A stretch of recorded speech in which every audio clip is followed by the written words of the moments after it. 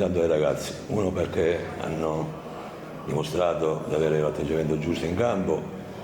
Diciamo che dopo i primi 15 minuti, il primo quarto d'ora che eravamo un po' contratti, poi subito la squadra ha trovato la giusta quadra, ha messo ordine e poi tranne una sola occasione ho visto Lenna quando ha colpito il palo, poi abbiamo avuto 3 occasioni limpide di cui una Cannino mi sembra a porta libera, purtroppo ha tirato la palla.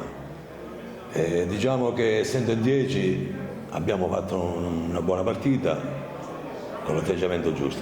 Una bella partita, una bella cornice di pubblico soprattutto in tribuna, anche Lenna diciamo che era massiccia come tifosi. I nostri tifosi sapete quale contestazione abbiamo, ma ritengo nel buon senso di entrambe le parti, perché non serve a nessuno prendere questa direzione, sia la società, che cercheremo di trovare una soluzione, sia per i tifosi.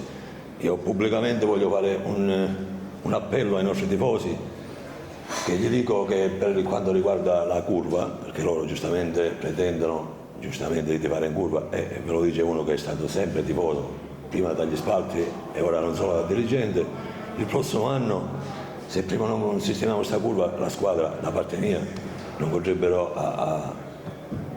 a fare la stagione 2025-2026. Questa è l'unica promessa che posso mandare pubblicamente, è questa. Io ora mi aspetto che contro l'Agas, che è la partita tanto attesa, ma non solo con l'Agas, tutta la serie di partite in campionato, ritengo di essere presenti, di essere vicino alla squadra, perché la squadra è di tutta la città, ma non solo da parte nostra, della società o dei tifosi. Quindi forza Favara, forza tifosi, forza gli ultra e forza tutti noi. Beh, la squadra, buonasera, la squadra rispecchia il carattere dell'allenatore, che non molla mai anche nei momenti di difficoltà. E quindi hanno fatto quello che lui ha chiesto, di stringere i denti.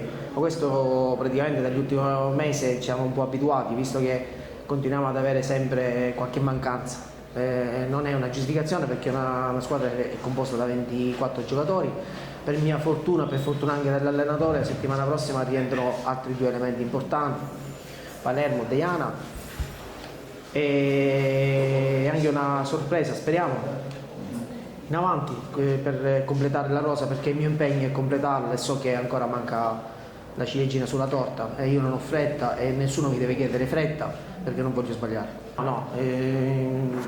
Secondo me è sempre tutto in buona fede, gli arbitri sono in campo come i giocatori, noi vediamo tutt'altra cosa, diciamo dalla tribuna, quello che succede in campo è molto diverso, però cominciare sempre già con la contestazione a qualche episodio non è buono per nessuno, né per noi né per gli altri né per la squadra. Noi diciamo che sempre l'arbitro è in buona fede e diciamo bravi in quello che hanno fatto.